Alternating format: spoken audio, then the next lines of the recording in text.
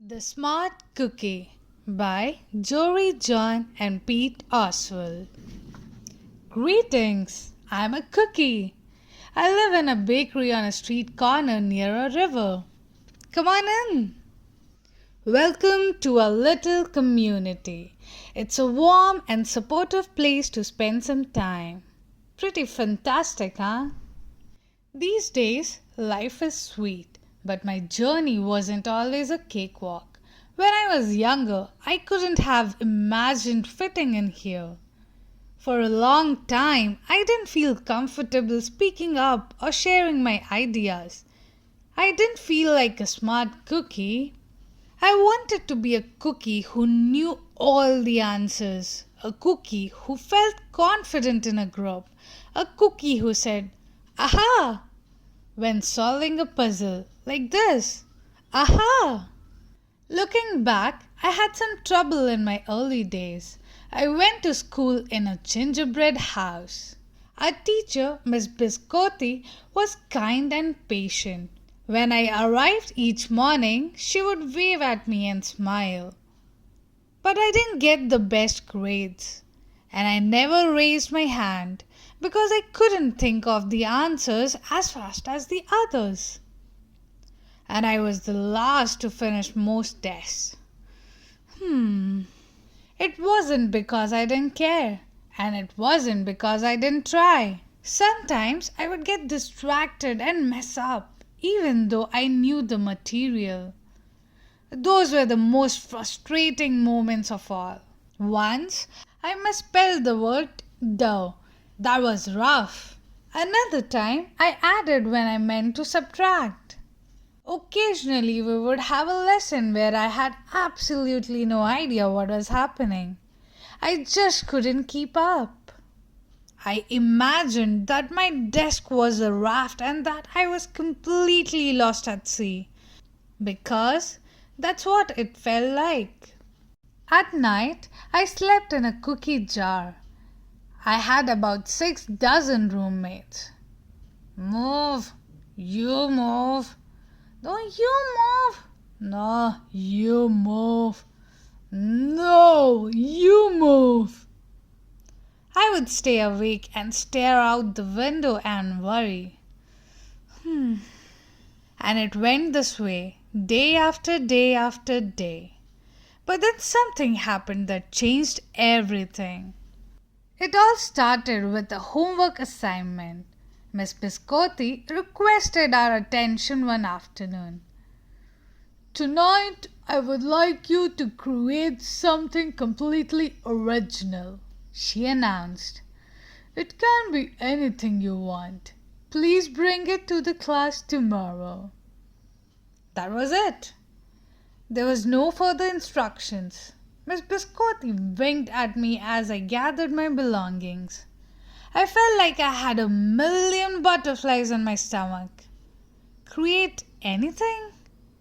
Something original? Due tomorrow? When I got home, I immediately went to work. At first, I tried a cooking project. The results were half-baked. Next, I tried to hammer and nail something. It splintered immediately. Then I tried making a sculpture. It was a complete bust. I wondered if I was about to fail yet another assignment. I was stuck. I stared out the window and watched the rain hit the river. There was something mesmerizing about the water, how it moved in such a chaotic way, swirling around and around, yet ultimately figuring out exactly where it needed to go. Aha! Suddenly I had an idea. I decided to write something original, a poem. I came up with a title based on how I had been feeling, My Crumby Days. After that, the rest of it seemed to fall into place. I wrote and I wrote. I lost track of time. An hour went by in a flash. Aha! I said when I was finished. I couldn't sleep that night. It wasn't because I was worried. It was because I was excited. I felt like I had really accomplished something. I felt smart. The following day, Miss Biscotti asked for volunteers to share what we had created. One kid showed off his original frosting art. Another kid revealed her sprinkle distribution machine. It was neat seeing how everyone was good at such different things. Finally, Miss Biscotti turned to me. "Would you like to share something?" she asked. I gulped. I thought I would probably crumble under the pressure. But I made my way to the front of the classroom. I noticed my hands were shaking. My mouth went dry. This poem is called "My Grumpy Days," I said, my voice cracking. And then I read it aloud.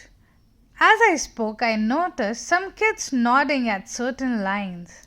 Other kids laughed at parts that were supposed to be funny.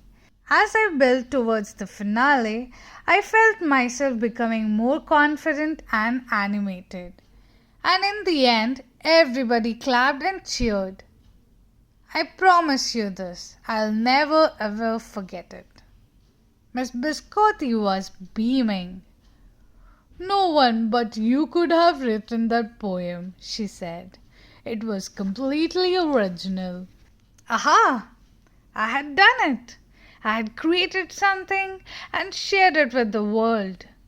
Well, my world at least. The rest of the day was a blur.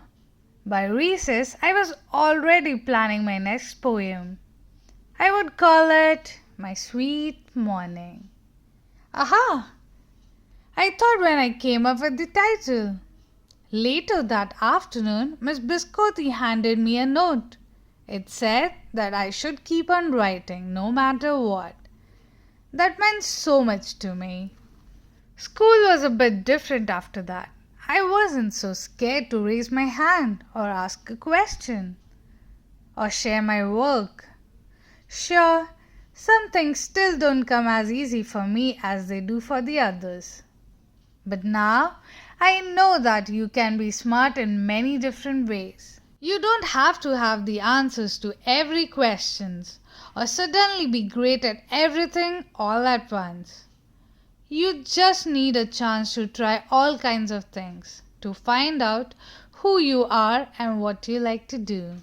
As for me, I learned that I can write and I can think of great ideas. And I found plenty of other things I'm good at too. I no longer feel lost at sea. It's more like floating down a river. And the best part is, there's always more to learn. Because we are all smart cookies. Aha!